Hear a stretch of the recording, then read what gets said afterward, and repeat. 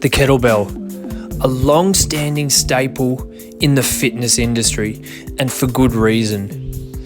It's a time-tested, proven tool to get results and improve functional ability in virtually everyone. The tool originated to what we know 300-400 years ago back in Russia, which was simply a cannonball with a handle welded to it. There are much other different looking versions and similar things found around the world, but the oldest that we know of is around roughly 300 to 400 years old. Where kettlebells met the Western world was the grandfather, so to speak, of kettlebells themselves, Pavel Tsulein, bringing out his original training of Dragon Door to the world and exposing Americans and many other Western cultures to what the kettlebell could do for functional capacity and strength and conditioning. Now you have many other masters out there now, and one of my favourites being Steve Cotter, who is arguably the best on the planet at utilising the kettlebell in many different fashions that there is.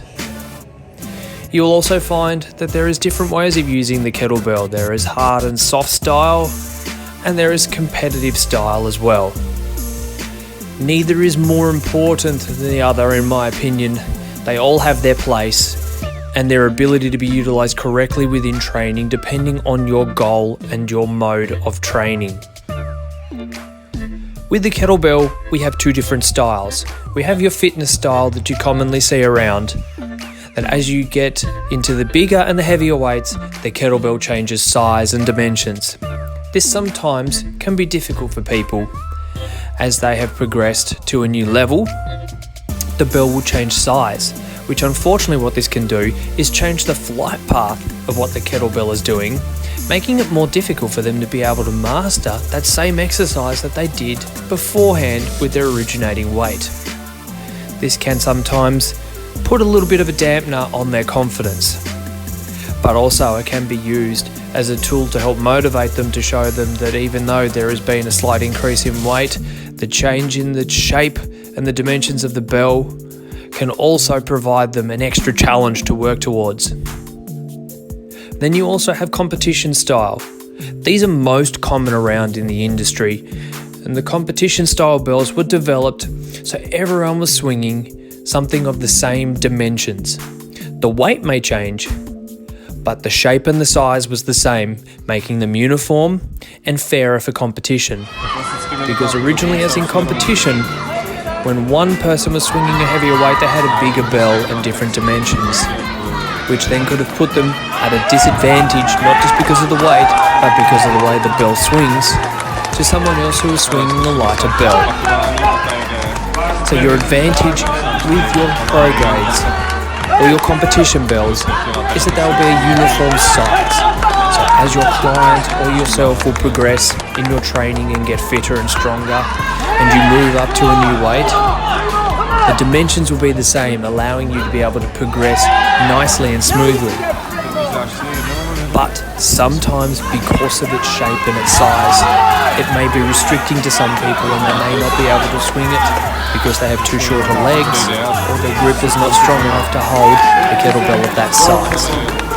So it's important to note to have many different sizes or styles if you possibly can, because a way to regress one of the exercises down to make it more capable for someone to do could be simply to go from pro grade to classic of the same weight.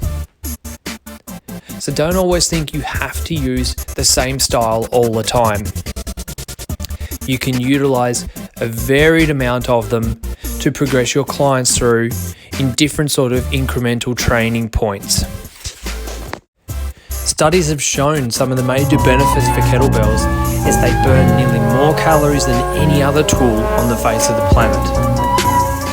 You can work many different styles of training with the kettlebell. You can work on endurance, you can work on strength, hypertrophy, or power generation. The kettlebell is not limited to one style of training, and it can work across many different aspects. It can also be an excellent myofascial release tool. They are great for training one-on-one or working in a group aspect.